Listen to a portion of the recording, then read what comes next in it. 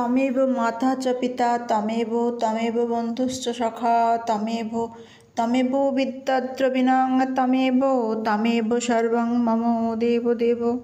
সকল প্রিয় দর্শককে স্বাগত।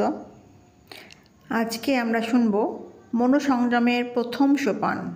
স্বামীজি বলছেন, কিছুক্ষণের জন্য চুপ করে বসে থাকা ও মনকে নিজের ভাবে চলতে দেওয়া।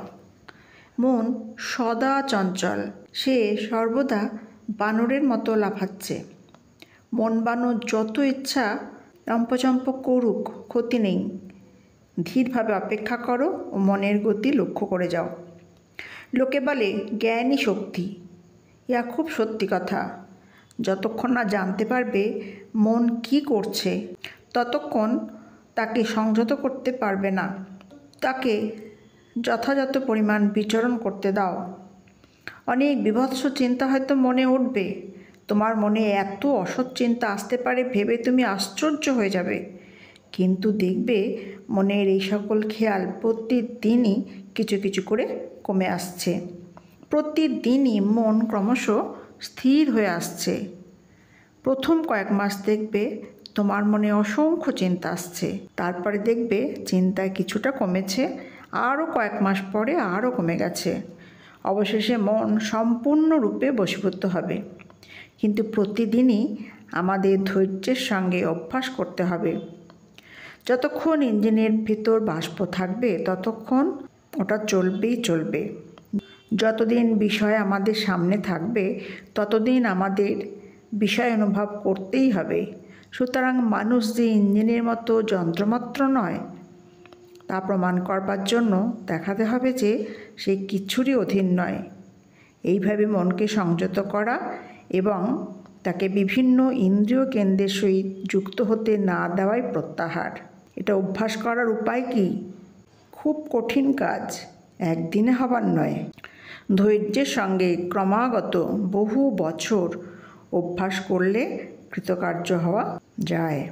কিছুকাল প্রত্যাহার সাধন করার পর পরবর্তী সাধন ধারণা অভ্যাস করার চেষ্টা করতে হবে। মনকে একটি নির্দিষ্ট বিষয়ে ধরে রাখাই ধারণা। মনকে নির্দিষ্ট বিষয়ে ধরে রাখার অর্থ কী? এর অর্থ মনকে শরীরের অন্য সকল স্থান থেকে বিশ্লিষ্ট করে কোনো একটা বিশেষ অংশ অনুভব করতে বাধ্য করা। উদাহরণস্বরূপ, শরীরে অন্যান্য অংশ অনুভব না করে কেবল হাতটি অনুভব করবার চেষ্টা করো। যখন চিত্ত বা মন তোমার নির্দিষ্ট স্থানে আবদ্ধ, সীমাবদ্ধ হয়, তখন তাকে ধারণা বলে। এই ধারণা নানা রকম। এই ধারণা অভ্যাসের সঙ্গে সঙ্গে কিছু কল্পনার সাহায্য নিলে ভালো হয়। মনে করো, হৃদয়ের মধ্যে এক বিন্দুর উপর মনকে ধারণা করতে হবে। এটা কার্যে পরিণত করা খুব কঠিন। অতএব সহজ উপায় হৃদয়ে একটি পদ্মের চিন্তা করা এবং তা যেন উজ্জ্বল জ্যোতির্ময়। সেই স্থানে মনকে ধারণ করো। অথবা মাথায় সহস্রদল পদ্ম অথবা সুষুম্নার মধ্যে চক্রগুলিকে জ্যোতির্ময় রূপে চিন্তা করবে। যোগী প্রতিনিয়তই সাধনা অভ্যাস করবেন। তাকে নিঃসঙ্গভাবে থাকবার চেষ্টা করতে হবে। নানা প্রকার লোকের সঙ্গ চিত্ত বিক্ষিপ্ত করে। তাহার বেশি কথা বলা উচিত নয়, কারণ বেশি কথা বললে মন বিক্ষিপ্ত হয়। বেশি কাজ করাও ভালো নয়, কারণ বেশি কাজ করলেও মন চঞ্চল হয়ে পড়ে।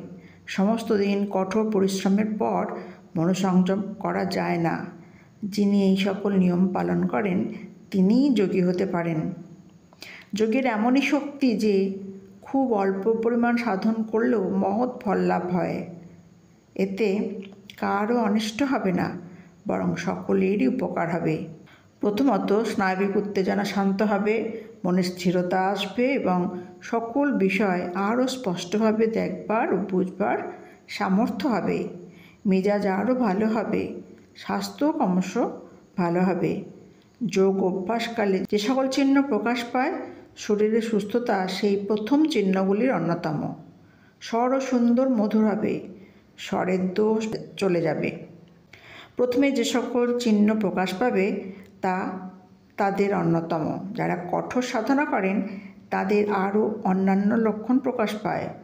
কখনো কখনো দূর থেকে যেন ঘণ্টার ধ্বনির মতো শব্দ শোনা যাবে, যেন অনেকগুলি ঘণ্টা দূরে বাজছে এবং সেই সকল শব্দ একসঙ্গে মিলে কানে অবিচ্ছিন্ন শব্দপ্রবাহ আসছে।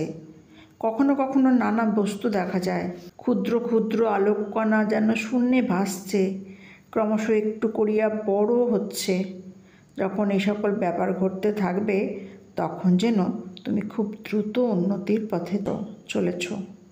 যারা যোগী হতে ইচ্ছা করেন এবং দৃঢ়ভাবে যোগ অভ্যাস করেন তাদের প্রথম অবস্থায় আহার সম্বন্ধেও যত্ন নিতে হবে, কিন্তু যারা অন্যান্য দৈনিক কাজের সঙ্গে অল্প স্বল্প অভ্যাস করতে চায় খাদ্যের প্রকার বিচার করবার তাদের প্রয়োজন নেই, তারা ইচ্ছামতো খেতে পারে। যারা কঠোর সাধন করে শীঘ্র উন্নতি করতে চান তাদের পক্ষে আহার সম্বন্ধে বিশেষ সাবধান হওয়া একান্ত আবশ্যক। সকলকে আন্তরিক শ্রদ্ধা, ভালোবাসা এবং প্রণাম জানিয়ে আজকের ভিডিও শেষ করলাম। সকলে সুস্থ থাকুন, ভালো থাকুন এই প্রার্থনা করি। ধন্যবাদ।